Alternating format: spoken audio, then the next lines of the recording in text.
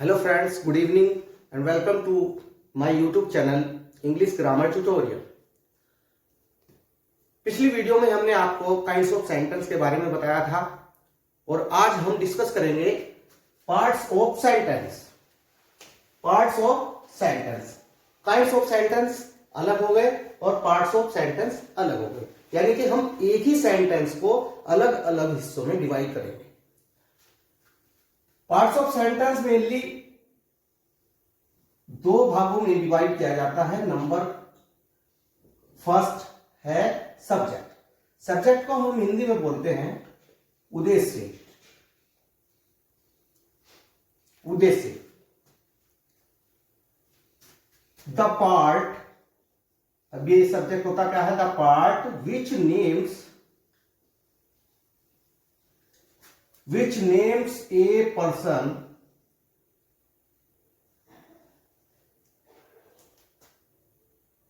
or thing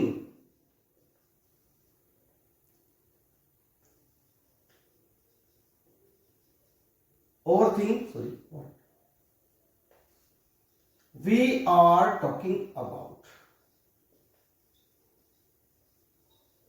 We are talking about is called a subject. The part which names a person or thing we are talking about is called a subject. यानी सरल भाषा में हम बोलेंगे कि sentence के अंदर, वाक्य के अंदर, वाक्य में जिसके बारे में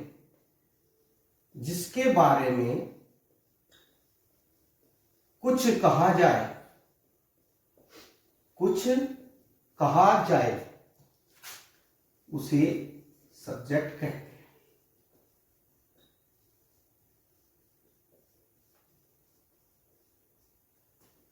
सब्जेक्ट, इसको हम कर्ता भी बोल सकते हैं।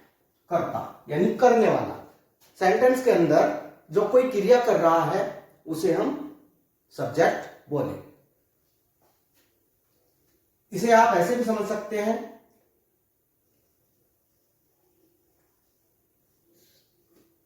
Ravi eats a mango. अब इस सेंटेंस के अंदर Ravi eats a mango, Ravi आम खाता है। क्रिया क्या हो रही है इसमें? खाना। आम खा रहा है कौन? रवि। तो कौन खा रहा है? रवि।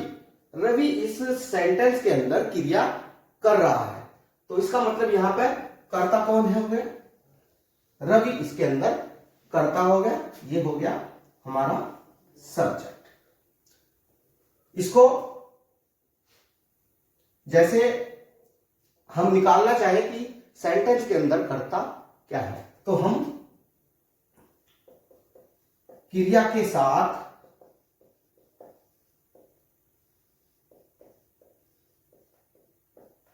कौन लगाकर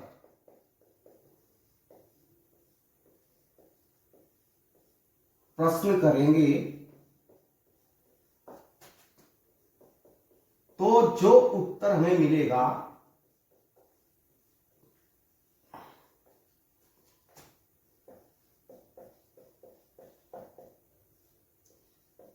वो सब्जेक्ट होगा। Clear friends?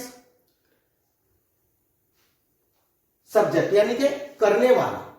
सेंटेंस के अंदर जो क्रिया करने वाला है वो सब्जेक्ट होगा। अब हमारे पास सब्जेक्ट जो है उसकी पोजीशन क्या होगी, किस किस प्रकार के सब्जेक्ट होते हैं और हम कैसे पहचान पाएंगे कि ये सब्जेक्ट है सेंटेंस के अंदर। तो उसमें सब्जेक्ट को भी कुछ भागों में डिवाइड किया गया है। सब्जेक्ट को डिवाइड किया गया है इस प्रकार से।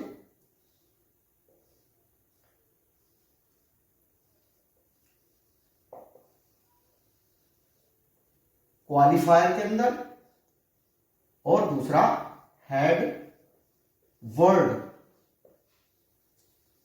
या इसको हम नाउन भी बोलते हैं, हेड वर्ड या हेड नाउन, ये भी इसके पार्ट्स होंगे।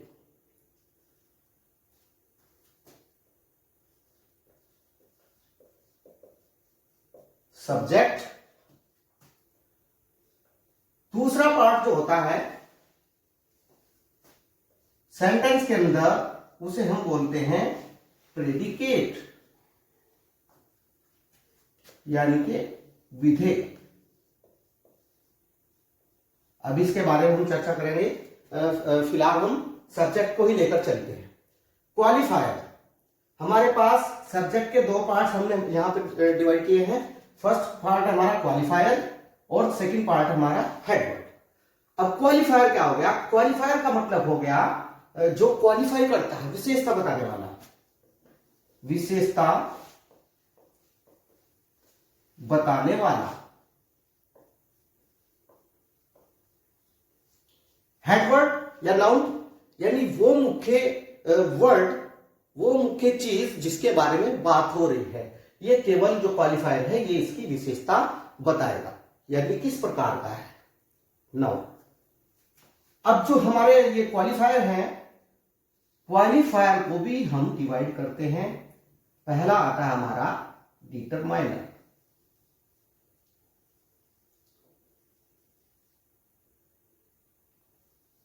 डिटरमिनर, डिटरमिनर जो होगा वो यदि हमारे कर्ता के साथ एडजेक्टिव भी जुड़ा हुआ है तो वो डिटरमिनर होगा और एडजेक्टिव से पहले यूज किया जाएगा। Third, adjectival phrase, adjective phrase बोलते हैं इसको। ये क्वालिफायर को हम तीन हिस्सों में डिवाइड करते हैं और यदि हमारा जो सब्जेक्ट है उसके हेडवर्ड के अतिरिक्त कोई भी चीज उसके साथ जुड़ी हुई है तो वो होगा डिटरमिनर, एडजेक्टिव या एडजेक्टिव फ्रेज। Clear friends? जो ये डिटरमाइनर है,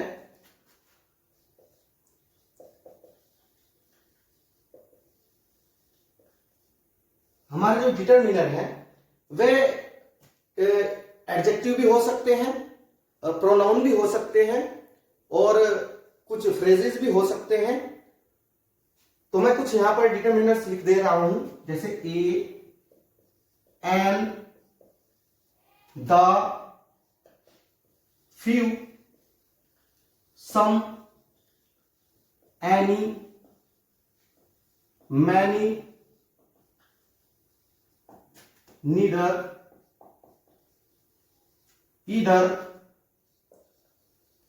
दिस, those, these,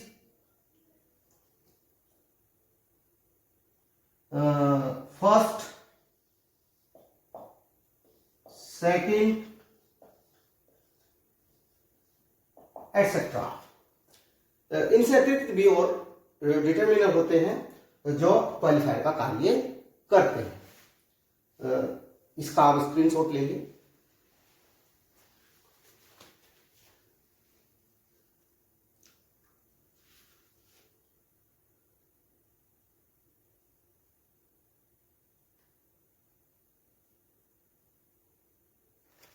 चलिए, डिटरमिनर हमने अभी आपको बताए। हम इसको एक टेबल के द्वारा समझने की कोशिश करेंगे। ये हुआ हमारा सब्जेक्ट, सेंटेंस के अंदर ये हुआ हमारा सब्जेक्ट। दूसरा पार्ट हमारा होता है प्रेडिकेट, ये कर्ता और ये हमारा विधेय। प्रेडिकेट के बारे में भी हम चर्चा करेंगे। फिलहाल सब्जेक्ट को देखते हैं। ये जो हमारा सब्जेक्ट हुआ, सब्जेक्ट ने को हमने दो हिस्सों में डिवाइड किया, क्वालिफायर, सेकंड हेड वर्ड या नाउन, हेड नाउन या हेड वर्ड। क्वालिफायर और हेड वर्ड। अब देखते हैं हम कि जो हमारा क्वालिफायर है इसको भी हमने कुछ हिस्सों में डिवाइड किया है।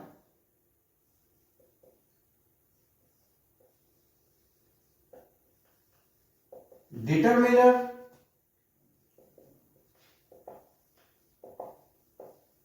एडजेक्टिव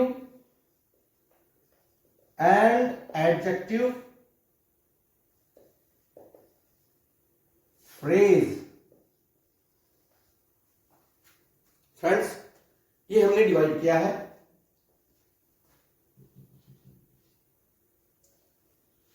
इससे हम कह सकते हैं कि किसी भी सब्जेक्ट सेंटेंस के अंदर जो हमारा सब्जेक्ट है वो इन चीजों से मिलकर बन सकता है। हमारे सेंटेंस के अंदर केवल हेड वर्ड भी हो सकता है, क्वालिफायर और हेड वर्ड भी हो सकता है। क्वालिफायर के साथ साथ क्वालिफायर में जो होगा वो डिटरमिनर, एडजेक्टिव या एडजेक्टिव फ्रेज भी हो सकता है। जैसे हम एग्जाम्पल लेके चलते हैं।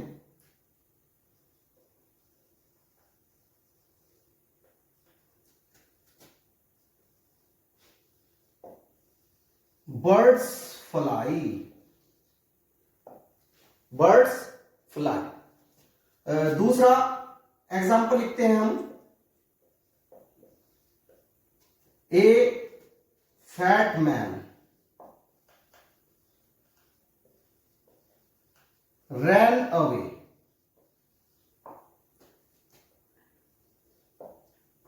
Third,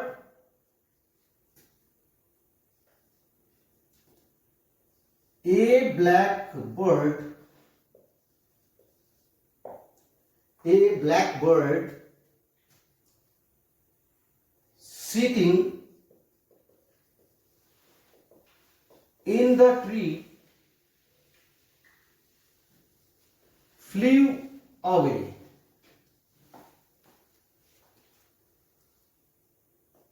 birds fly. अब देखिए ये भी हमारा पूरा सेंटेंस है, ये भी हमारा पूरा सेंटेंस है और ये भी हमारा पूरा सेंटेंस है, लेकिन कुछ इनका जो स्ट्रक्चर्स है वो हमें डिफरेंट तरीके से दिखाई दे रहा है। इसके अंदर दो वर्ड है, बर्ड्स फ्लाई। अब देखिए ये यहां पर आ गया है क्रिया, यहां पर भी क्रिया और यहां पर भी ये क्रिया। बर्ड्स फ्लाई, चिड़िया उड़ती है।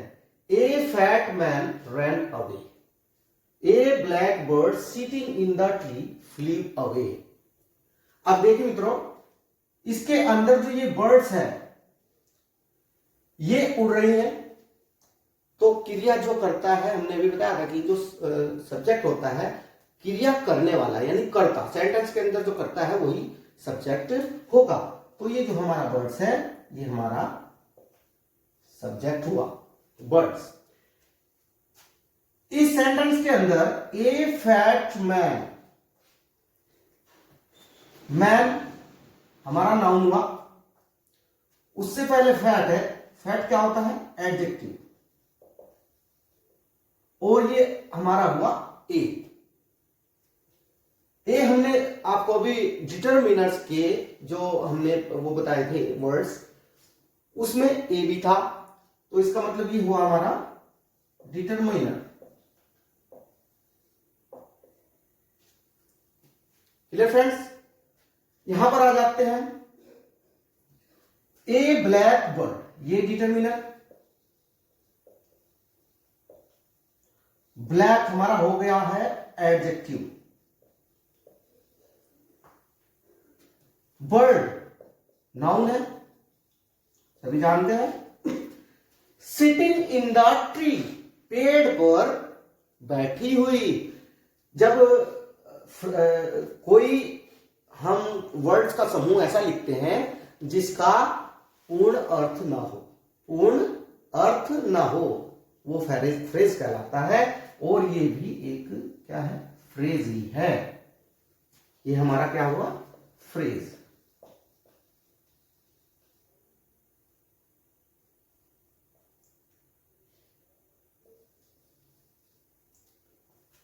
Clear friends? Phrase.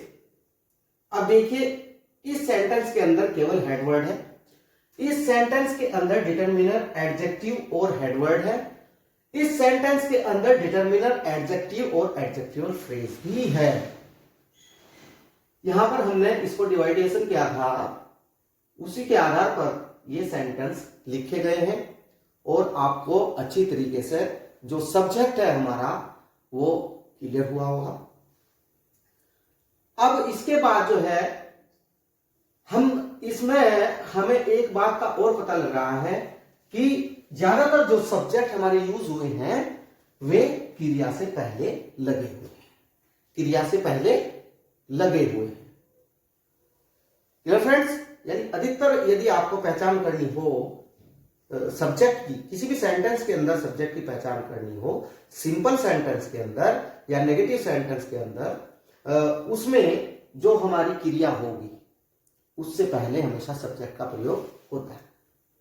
Negative sentence और जो हमारे अफर्मेटिव सेंटेंस है उनके अंदर। आप स्क्रीनशॉट ले सकते हैं इसका भी।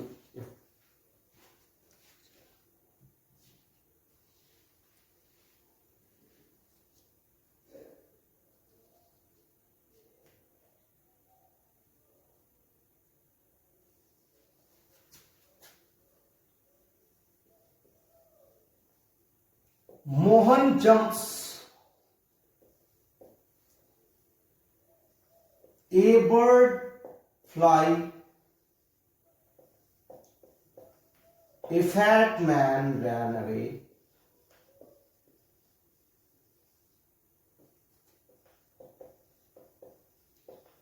A blue bird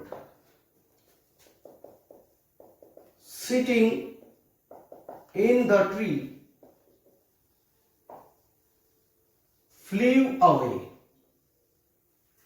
अभी ये स्ट्रक्चर जो सब्जेक्ट का था हमने अभी इसके बारे में डिस्कस किया था। इसके बाद जो है इनसे अलग तरीके से भी कुछ सब्जेक्ट का प्रयोग किया जाता है, जैसे इन्फिनिटिव के साथ, किसी इन्फिनिटिव के साथ यदि हम लिखते हैं कि to air is human,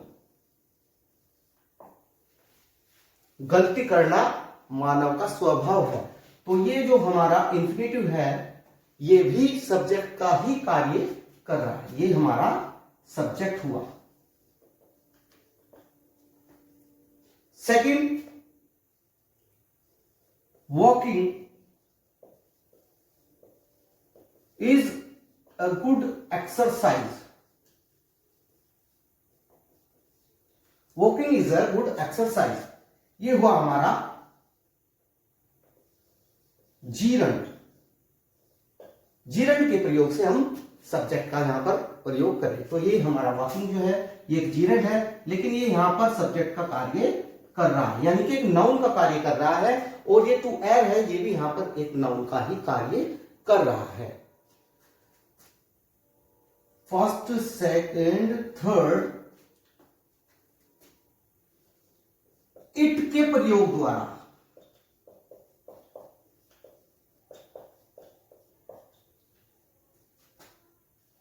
it is hot today, it is hot today, यहां पर इट का प्रयोग एक सब्जेक्ट के रूप में किया गया है।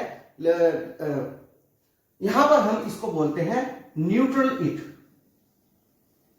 न्यूट्रल इट, क्योंकि यहां पर हम इट का कोई भी अर्थ नहीं निकाल सकते हैं, इसलिए इसको यहां पर न्यूट्रल कहा गया है। इट इज हॉट टुडे, आज गर्मी है।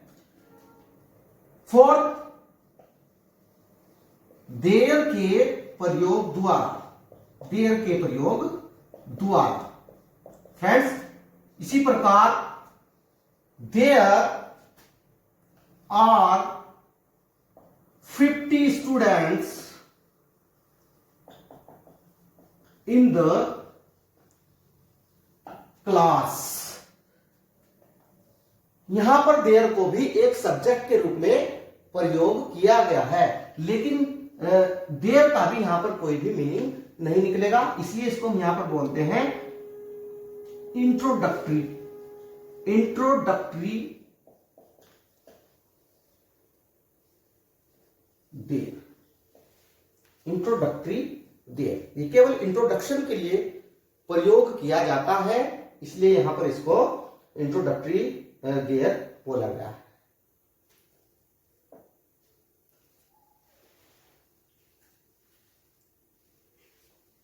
Introductory there.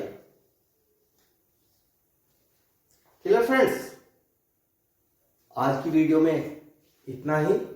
हम अगली वीडियो में प्रेडिकेट के पार्ट्स आपको इसी तरीके से, जिस प्रकार से हमने आज सब्जेक्ट के पार्ट्स आपको समझाए, अगली वीडियो में हम प्रेडिकेट के पार्ट्स इसी तरीके से आपको समझाएंगे। आशा है आपको वीडियो अच्छी लगी होगी। और मित्रों, यदि आपको वीडियो अच्छी लगी हो तो इसको शेयर और सब्सक्राइब हमारे चैनल को जरूर करें, और लाइक करें और शेयर करें। धन्यवाद।